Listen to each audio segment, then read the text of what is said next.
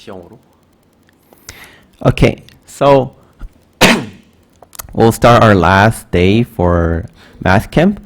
And for last day, we'll be talking mostly about probability and statistics, because probability and statistics, you use it a lot of time in economics. So a lot of economic research and a lot of economic model, there are almost no case where there's no probability or some statistics related to it. So in order to get familiar with this concept, I'm going to get a very brief review and talk about some of the features or concepts so that you can get used to the concept. But as I already said, that this course is not like a replacement for the actual course. So if you don't know much about probability or statistics, I highly recommend that you take some classes related to it, like mathematical statistics courses, or maybe some of the statistics courses provided by the economic department, okay? All right. Another motivation, starting with the probability. So why do we need to know about probability in economics? Actually, it's a lot more intuitive and easy to understand than other topics like analysis and linear algebra. Because in a way, economics care a lot about ex-ante situations, which means that we don't know something, we don't know how the world's going to turn out, right? Because like before, we are making all these decisions based on some uncertainties, and we're making this decision before the event happens. So in order to know if some event happens or not, we're just making some sort of guesses about how likely something's going to happen, right? So those kind of stuffs are all shaped by the concept of probability. So economists care a lot about these like before event situations, because this happens due to uncertainty. So we do not know what is going to happen exactly in the future. Because, for example, like a lot of the models, for instance, like even macroeconomic models where we think about consumptions, or maybe some IO models where there's a game theory, we're thinking about some repeated games or something. We always have to think about what's going to happen in the future, but we do not know what's going to happen yet, because literally it didn't happen yet. So what we have to do is we have to have some guesses and think about some situation that might be most probable and use it to make some decisions, right? And that's where it comes, where probability comes into play. So, I mean, basically, if we only thought about cases where we exactly know what is going to happen, a lot of the economics in this research would not be that important. Because, like, for example, if you already knew what's going to happen in the future, like 100%, I would say like a lot of the economic research that we do now was going to disappear. Because a lot of the economic researches are based upon these uncertainties, and sometimes, at least in modern economics area. So we're concerned about like what's going to happen in the future, what are people's expectations of something. But if we already know this, nothing's going to happen. Like, for example, in the example I said, like for example, in macroeconomics, there's like things about inflation expectation. We expect about inflation, which is also happening because we don't know how inflation is going to turn out. But if you already knew like how inflation will turn out 100%, we won't need to know about that, right? Because we don't care about it, because everyone already knows about how inflation is going to be in the future. So those things. That's why but since there are uncertainties, we can't know these outcomes. So that's why we have to have these sort of concept called probability to understand and answer some of the economic questions. And that's also what makes economics interesting in some way, okay? So just like same thing repeated. So uncertainty is very important to economics, and the problem is, okay, uncertainties are very important, but again, as I always tell you, a lot of the economists, we want to be somewhat we sometimes try like to separate ourselves from like the other social science classes by saying we are like more scientists. Like we try to be more of a pseudo-ish scientist. So what that means is that we get that there is uncertainty and it's an important thing in economics. What we want to do is we want to quantify it and want to make some rigorous definition on it, like based on some math, right? So what we're doing is that uncertainty is important, and so we're going to need some mathematical tool to describe the situation. So that's kind of like the way economists will think. Like we understand there's some problem with it, and we understand there's some uncertainty, but how we're going to scientifically like quantify this uncertainty. And that is where the probability and probability theory comes in. Although I'm not going to talk too much about probability theory in depth, but this is where it comes from. So from the mathematical backgrounds on probability theory, we use it to shape our world and use it to describe the economic situations, okay? I mean, I already said this, but where do we use this? Like almost every field of economics where we have to add some uncertainty in the model. And this is literally almost every model. So basically, as long as your model or economic research are related to some possibility of a future event, or maybe you're making assumptions about something that before it happens, you have to have some sort of sense of probability. For example, think about like a game theory situation when there's like two agents and you're making decisions. And when you're making decisions, you have to know what other person is thinking, right? But you don't know what he's gonna do, right? He's gonna do something in some probability. With those probability, you're making that into your decision to do something, right?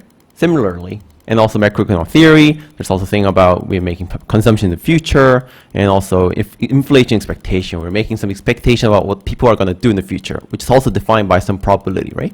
So all of these subjects, there is always some sort of uncertainty in the data or model that we need probability, okay? And also recently in microtherapy, if you're interested, a lot of the literatures nowadays like try to deal with like information economics. So those are the part where you basically talk about uncertainty because you're talking about like how information is going to shape your decision behavior. And when we talk about information, what is important is what information that person has, which is also defined by some probability, right? That's why it's all important. Okay, so we're gonna start. Okay, so we're gonna mathematically define probability. Although I'm not, as I said, it's like a very quick review, so we're not going to be too strict about this, but let me just give you some examples and some definitions. All right. Okay. As all math do, we can think of probability also as some sort of set, okay? We can think about all kind of outcomes. For example, okay. For example, if let's say like you want to decide whether you're going to take the Statacom next week or not, okay? There's two decisions you can do. You can take it or not take it, right? And in mathematical sense, you can write it in a set.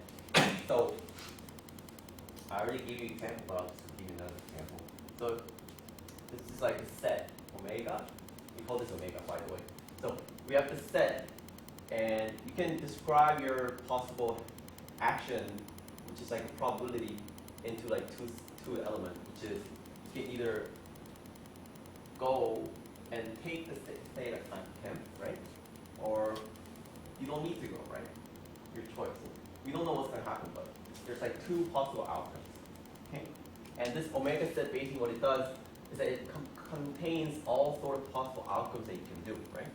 That's why it's called sometimes like the outcome, or sometimes probability space, although we don't say this is probability, but space like this, okay, outcome set. So, and we wrote here. So basically, when we say omega is collection of outcomes, we're talking about this. So there's possibility of numerous outcomes they can do. You can go to theta chem, you might not want to go theta chem. There's like two possible outcomes, right? And all the outcomes you're considering is inside this omega set, okay? And F is a collection of subset of omega. So what does that mean? So basically, like using these two outcomes, you can make up like possible events you can do. So for example, you can already kind of guess that, although it's not true, but let's suppose like with these two outcomes, you can think about a lot of possible outcomes. So you can go, right? There's possibility that you're just going to go to Statacam, and you might not go to Statacam.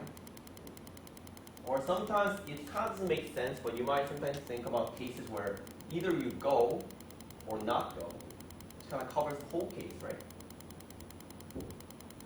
And maybe not do it both. So zero, right?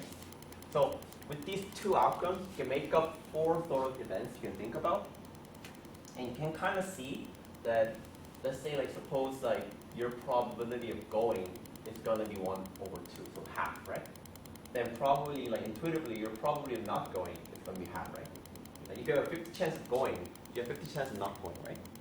And the probability of you either going or not going is going to be 1, right? Because you have to go or not go. Like can't get it to be at least one of them, right? So it covers the whole event. And probability of doing nothing is 0, right? There's no such thing like that. And what we do is that we group these. So it's like a collection of sets, right? There's a set, and there's a set that combines all the sets, right? And we call this F.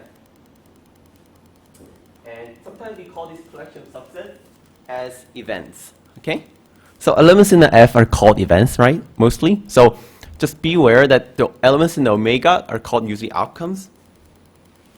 Elements in F are usually called events, okay? So we kind of think about like, it's kind of similar to the way where we have outcomes and we make outcomes and make possibility that we can do with the events, and we're going to put some probability onto the events actually, right? So what is probability then in this case? So there's a typo. It's not we find, it's we define. So we define probability P as some function that gives value between 0 and 1 for elements in F. So that's what we did, right? For events here, we gave them some outcomes, right? And it's between 1 or 1, 0 and 1, right? So if you write this, it's also a function, right? So it's a function from F. It's a function from F to some sort of R space, where R is from 0 to 1. And for all these elements, there's a function P that maps this into some value here, right? So probability is also like a function. This is basically just a special type of function, okay? That just has a value from 0 to 1, right? And I did also write the example here, which might be more intuitive. So we have a coin toss situation. And in a coin toss, you either have a head or tail, right? I mean, there's no between, at least in this assumption. And then with the outcome, the omega becomes head and tail. And then we can define the event as a cases of 4, as I said, which is if there's only head or tail, or you either get head or tail, or you get like the 0 element, okay? You get nothing. Which is, in probability, we can kind of see that the p tail is going to be 1 over 2. So basically what we did is that we have a domain, which is the F, and p is a function, right? It's like this. For tail, probability is half. This is how we kind of define probability. Any question?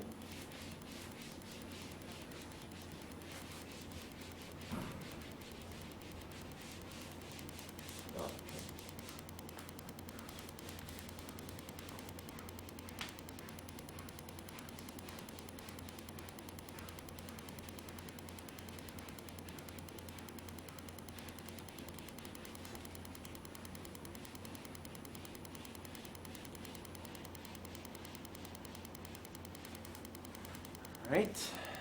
Okay. Okay, so we're not going to talk about random variables.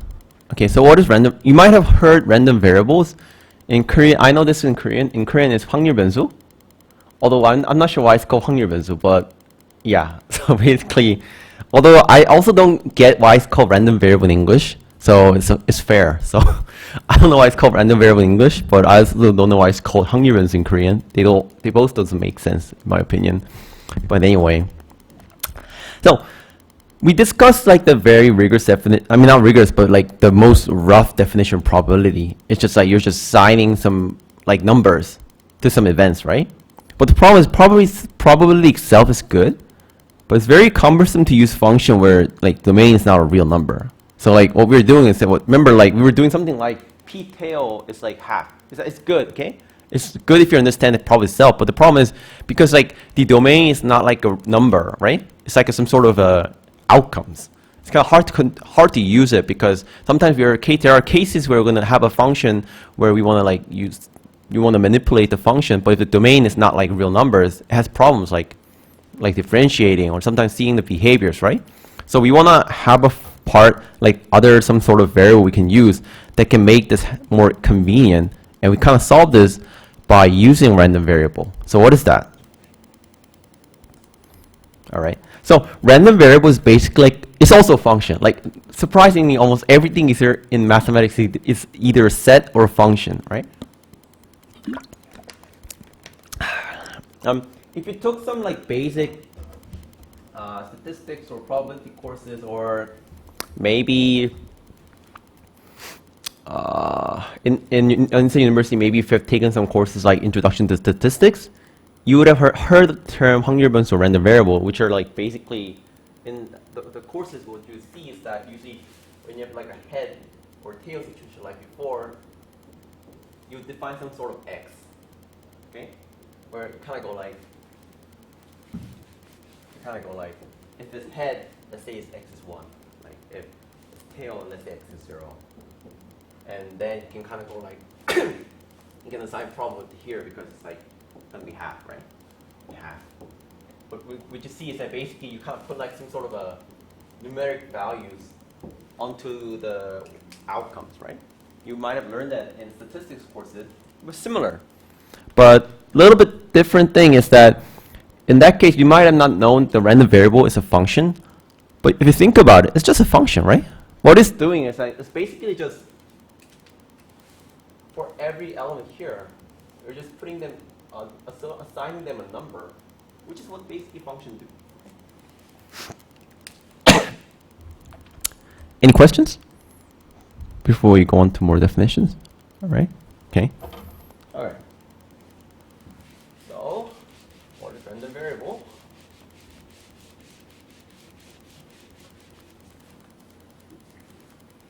All right. So I'm gonna give you some definition. Very crude one actually. There's more rigorous definition of this, but I don't want to be too tough on you guys. And obvious, and like honestly, even I don't know like what like real like hard definition is. So I'm just gonna go with a very crude one, which is that remember we defined the omega to be like a probability space, like outcome. So we have an omega, and we have a p, right? So it might be a little bit complicated. So we have an omega here, and we already had some function already, right? We had p. Okay. Then, but if we define a new function,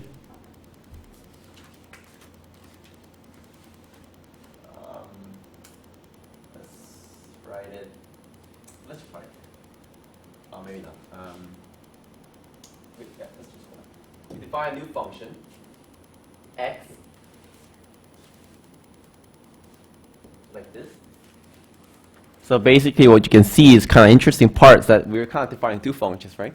But this one is a probability function here from 0 to 1. And this is just r.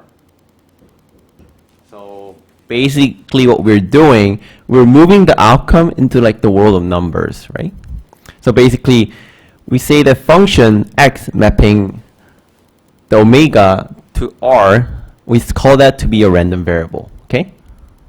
So it's a bit of a crude definition because you need to have some more definition in order to fully understand what random variable does, but we're not going to go too much into that, okay? Because I don't think you will have a problem in that part, okay? Unless you're like really majoring in some hard econometrics courses, okay? So, and I also put it down here. If you want to really know about the actual like another typo is it should be rigorous, not rigorous. If you want to know about like the actual rigorous definition, try taking class on measure theory and probability, but I wouldn't really recommend it. So okay, but take it if you want to. That's your choice. All right. So we have an example to tell you what it's about. So basically, well, again, we're going to use a very basic example, which is a coin toss, right? So coin toss situation is simple. So we're going to define like a random variable x, such that x is 1 if it's head, and if x is 0, then it's tail. Then the very easy way to define the probability is like this, as follows, right? You might have seen this already. So instead of saying like p head is half, what we do is we put a number now because we have px is 1 is half, right? So we have px1 is half, px0 is half. So what it kind of does is that it allows us to use real numbers to define probability. So in the like graphically, you can kind of understand this process as follows. Basically, instead of starting from the omega and just going straight to the p, what we're doing is that we're just having another detour. So we're starting from here, right? If we start from here, we know what this corresponds to. and an outcome in the middle. And then for that outcome, we're getting the P. Right? So it's like a composition function, because basically what we're doing is that we're kind of doing this, remember? So what this is happening is kind of like this. So let's see. I think this should be right. So what we're kind of doing here, assigning like a value to a number in random variables, is similar to this concept. So you're plugging in some values from the range part, and it gives you the values in the outcome. And for that outcome, you're assigning the probability. Right? Interesting. So basically, because of this, what's easy is that you don't need to think about the outcomes, right? Even if the outcomes are not like real numbers or they're something like head or tail, you don't need to worry about it, because all you have to worry about is just numbers. So here's, you're going to go with numbers, and what you get is a number as well. So we just make like a composition, and this like solves the problem of having to deal with like non-number materials, okay? And that is represented in the Px is 1. So basically what that means is like basically there's a 1 here. And what that means is that basically you're just trying to go to the outcome where there's a function. Okay, let me just draw a bit more. So what you have is like, for making, when you say Px is 1, what you're really doing is you have an outcome here, P here, okay? And you're going to have an X here. And suppose that this is 1. And there are going to be some outcomes where outcomes go to 1, right? Okay, let's say it's 2 points. And then what you're doing is, by doing this, you're saying, tell me like an elements in outcome where the outcome goes to 1, right? Which is here and here. And what this is doing is that for these outcomes, give me their probability. Here. Like going to both ways. And you can kind of see it's a lot better than using head or tail, right? Because it's numbers. Any questions? Right?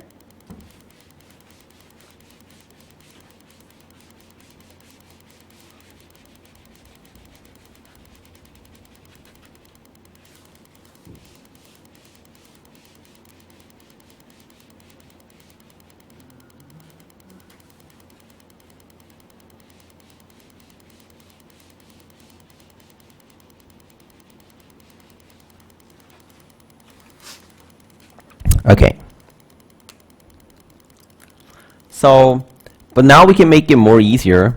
We talked about random variables, but still random variable itself is a function from the outcome to the value, right?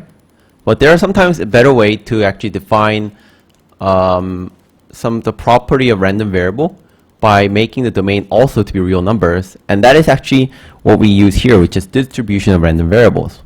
So what does that mean? Actually, you might be already familiar with this. You might be familiar with the term where CDF or PDF, which is like a shorthand for cumulative distribution function or probability density function. So what you have in the picture is that if you took some like basic statistics or courses, what you have is like you have some cases where let's say this is like 1. You have like a CDF function that goes like this, right? And as in this case, usually x is like a random variable. So like as x goes bigger and bigger, or something like this, the function kind of goes into 1, which means that it starts to cover all the cases. This is like approaching 1. And for like PDFs, you have some sort of like cases where you have some sort of like this sort of distribution, where if you like add up the lower part of this curve, you get 1. Because like every point like kind of points to every point is like a probability of that random variable from happening. Okay? You might have seen this. And this is related to random variable, of course. As follows. So what is distribution f of random variable x? So distribution is basically CDF, okay? So if you might be more familiar with the term CDF, but it's the same thing. So usually we denote this by like an uppercase F, big F. So we say x is a random variable, then we define the distribution function f, which starts from just R to R, such that that holds, right? So basically, fx is a function that gives you like the probability of all the random variables that are smaller than some value x. Okay? That's why it's a CDF basically. As I already wrote in the bottom, some of you, f might be familiar to you with the name CDF, which is just distribution function that we are using right now in the definition, okay? So from this, you can kind of see that for any random variable, there's always going to be a distribution function, okay?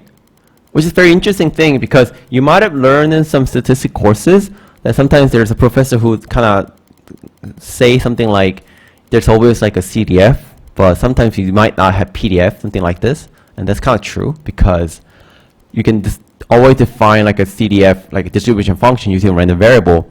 But PDF, which is like the one I explained here, might not always exist, okay? That's why like CDF is a little bit more better in defining some sort of distribution because there's possibility that this does not exist. Okay? Any question?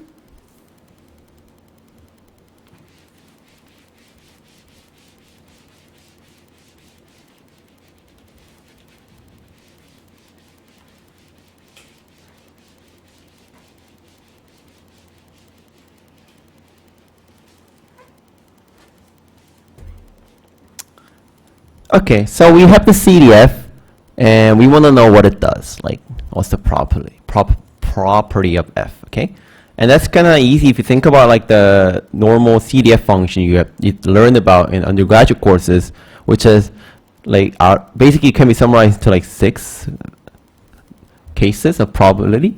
I mean, not probability, properties. So the first one is that f is a non-decreasing function. So what does it mean to be f to be a non-decreasing function? Think about the cases, like CDF is basically like a cumulative function, right? So basically it starts from the left and goes on to the right, right? And as it goes more on to the right, it's just taking all the cases into consideration, right? So what does that mean is that the probability goes upward. It can't go like downward at least. I mean, it can go parallel, like the probability might not change, but at least it has to be non-decreasing. It can't go down, okay? So that tells us that f is actually a non-decreasing function, right? It just keeps on going on until it reaches 1, right? And number 2 might not be that intuitive, but it's also quite important, is that f is a right continuous function. So what is a right continuous function, okay? So right continuous function basically kind of means that if you remember the normal continuous function, basically what you mean when there's like a continuity here means it's just connected, right? But there are cases where sometimes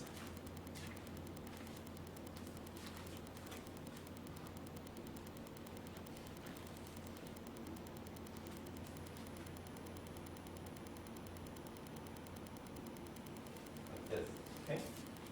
Function could be like cut in some points like this, and this is right. So what left and right is doing, we just care about what's happening on the left side for left continuous and right side right continuous, okay? And from this point of view, on the right side, this is right continuous because if you go from the right to the left here, right? There's a point up here, right? So it has to be continuous, right? In this point, it's the same point. But if you start from the left, you can kind of see that because there's no point here, can't be continuous. So in this case, we kind of call this like right continuous. But function can be also left continuous. But in the case of the non-decreasing function f, CDF function, the function has to be right continuous. Okay, that's like the property of f. And number 3 is more intuitive, and 4 too, which is that if if x goes to infinity, f goes to 1, right? Because if x goes to infinity, it starts to take care of all the cases possible. So if it takes care of all the cases, the distribution function, which denotes like the cumulative probability, has to be 1, right?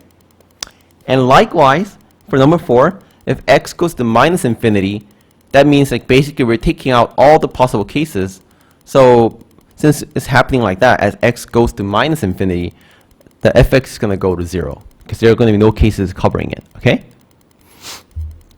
And number 5 is just like a notation, okay? So basically what fx minus is kind of showing is that, just basically showing that cases like, in this kind of cases, you're thinking of like cases where x is going to be before this, like on the left side, probably. How I call this like fx minus, or notation.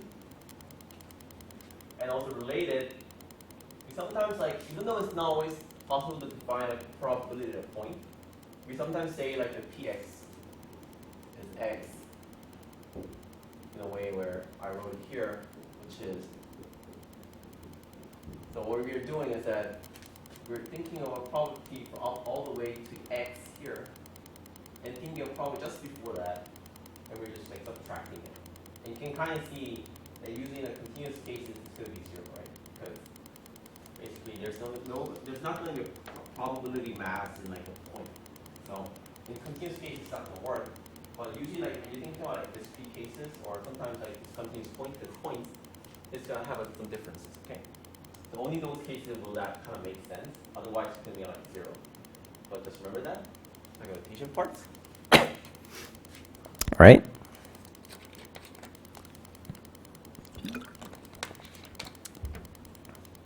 Oh, let's have a like short 10-minute break, and then we'll come back. Okay.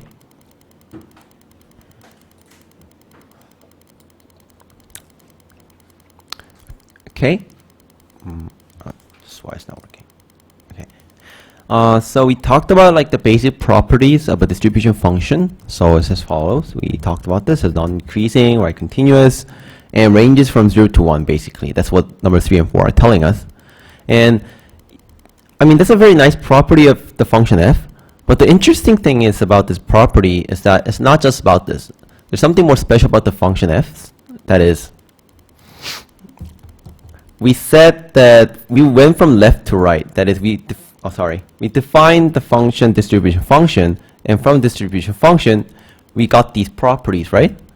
But actually, we can kind of go backwards. Not that important, but just for information. So what does that mean is that, suppose like, instead of thinking of random variables, just think about like a function, and the function is just like a, basically you can think of any kind of function that starts from R to R, like in a real world. And suppose now that this function has a conditions on the last slide. So for example, we're not assuming that this f is like a distribution function. We're just saying this is like some random function on some R space. And suppose that this function is non-decreasing, which is all possible, right? Non-decreasing, f is right continuous, and f has ranges from 0 to 1. And what happens is that if the function satisfies this point, there's actually, then f is a distribution for some random variable. So we started from the left to right. We started from the case where we define the random variable, and from the random variable we define distribution. Actually, we can go backward, which is we can define the function first, and the function has some sort of properties, kind of similar to the distribution function we know. Then this function is actually like a distribution for some random variable. Okay, so like there's like a one-to-one relationship there. So basically, so moving on. That's why we said f is special.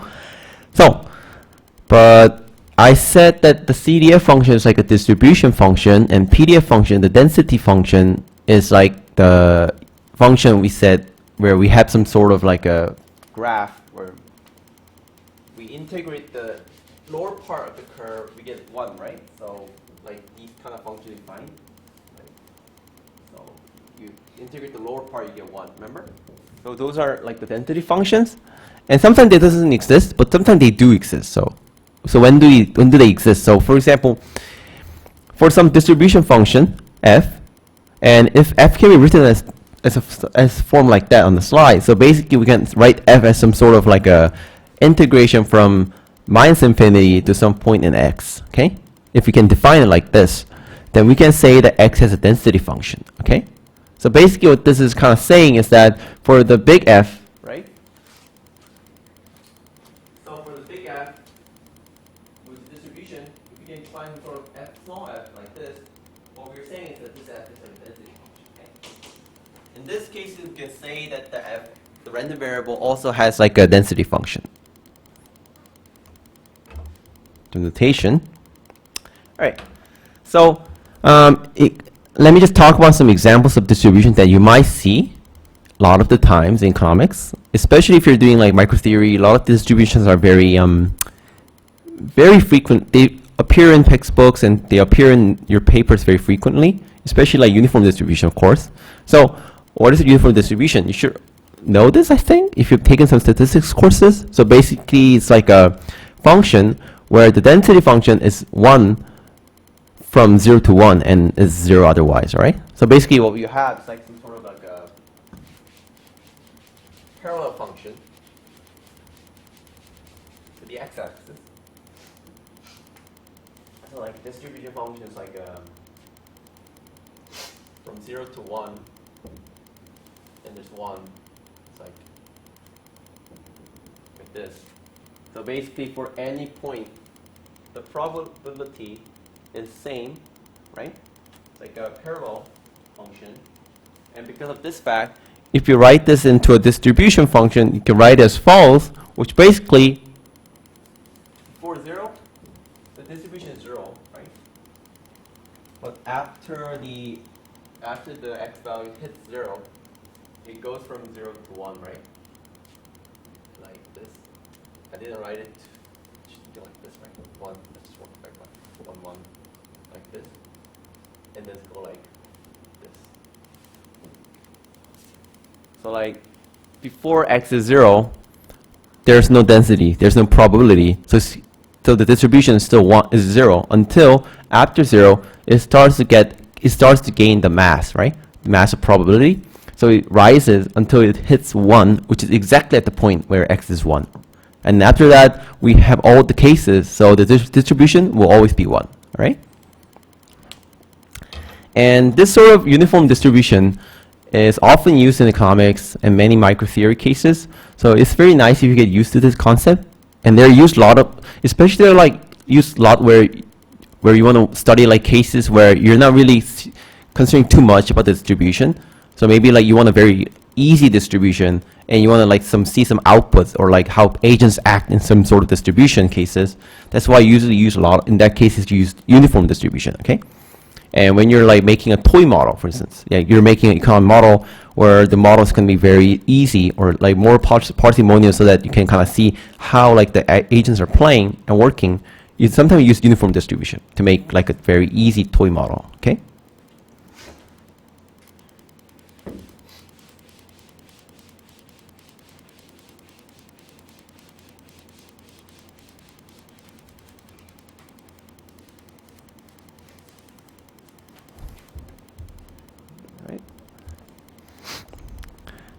I just wrote this because I'm going to talk about like the normal distribution after this, but standard normal distribution, you might have seen this more often. So what is this sort of weird looking function, right?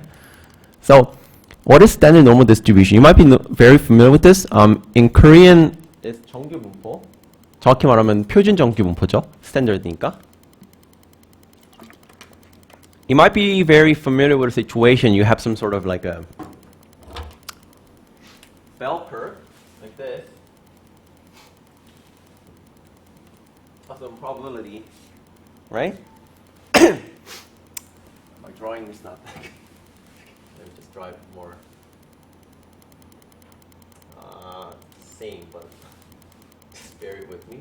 It's like we have like a distribution like where it's like a it has a peak at the middle and then it goes down like a bell. And you might have seen a lot of this like in an example where on the internet you have some sort of like distribution like this, and you say like you make some points like here and like you're in this category like this person, and which means like you're very extreme cases, right? And in those cases this distribution is normal distribution, which is like basically like a bell-shaped curve of density function that is usually called by normal distribution function. But when we say standardized, we usually makes the mean to be 0, right? Mean to be 0 and the variance 1, and we call this sort of like distribution to be standard normal distribution.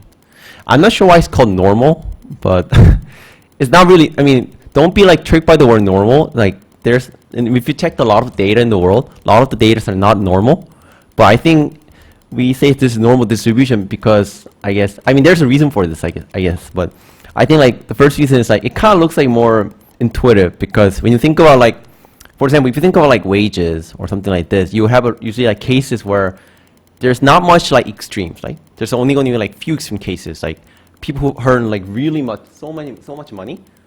There are going to be some few people like that, but going to be very few, and some people who earn nothing at all. There could be some people like that, but it's going to be also small, right? Most people will be like somewhere between in the middle. I guess like because of that, maybe people think like it's very intuitive to your understanding of the world. That's why you call this normal. Although in reality, if you check the data, almost no data is normal, but still.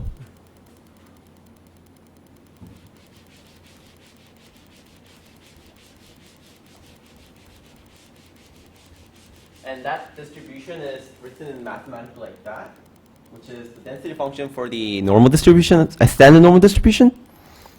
And let me just tell you a bit more about like the normal distribution itself, because it's very used often.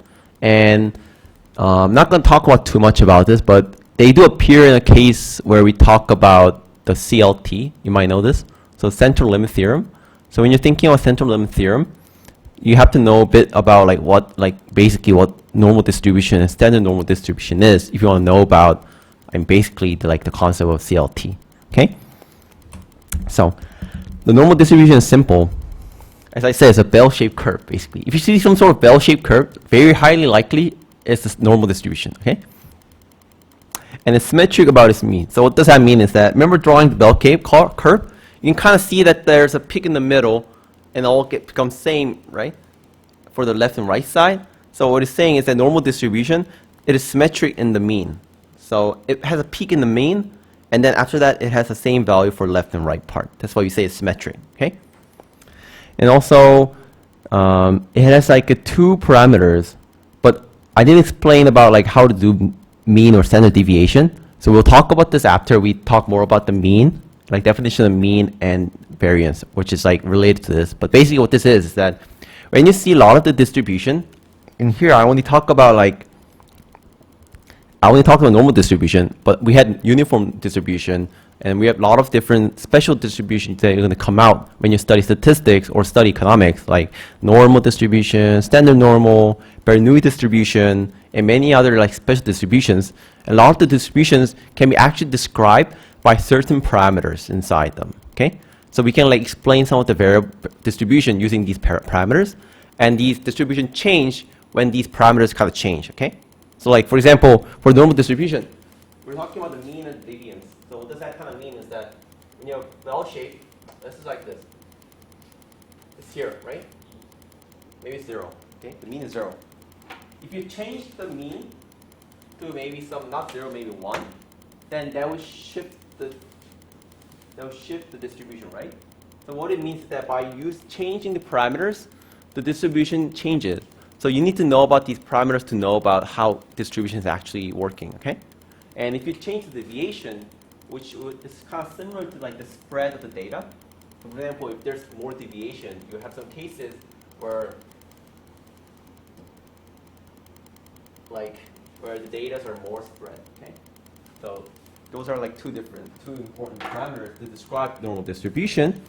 And similarly, a lot of the distribution have these parameters. And when you switch them, they change. So that's why you need to know about like the parameters of the distribution if you want to study them, okay?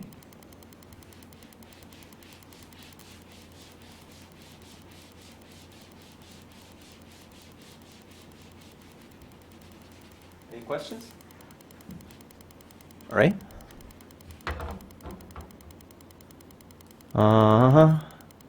Oh yeah, so it's just like a mathematical definition for the normal distribution we just talked about. So luckily for normal distribution, it has a probability density function. Actually, interestingly, is that we usually interesting thing is that with the normal distribution, we kind of don't talk much about CDF. We kind of talk about PDF more, because like there's a way to like write rigorously what PDF is, but CDF, it exists, but it's kind of hard to get a written form out of it, like closed form. So that's why we don't really talk about CDF of a CDF of a normal distribution. So we talk about like density function instead. But still, so you might have seen this a lot in statistics. And if you see some sort of form like this, you can kind of see that this is the density function for the normal distribution. And where you can see the mu and the sigma square, see it right? See mu here, and sigma here, right? And you can kind of see why this was the standard deviation, standard normal. You can kind of see why now. This is this, right? This case. And the reason it's this is because what you're doing is that it's just parameter thing. For sigma square, what this is doing is put 1, right? This appears, and it becomes just 2. And then for mu, what they're doing is just you put 0 for mu. This way it's like this. So basically, standard deviation is just like a very nice case where mu is 0, and the overall standard deviation is 1. That's why we call this, and we use a lot of the cases standard deviation, standard normal distribution, so it's very nice to get used to it, alright? So, and after the session, we're going to talk more about like the different distribution, and also talk about, because we talked about like a mean and deviation, we need to know about what it means to actually get like an expectation or mean, or know about like the variance of the data, which is like how much is data spread. So we're going to talk basically about these concepts, and then go on to talk more about distribution, and then end the sessions, okay? So, okay.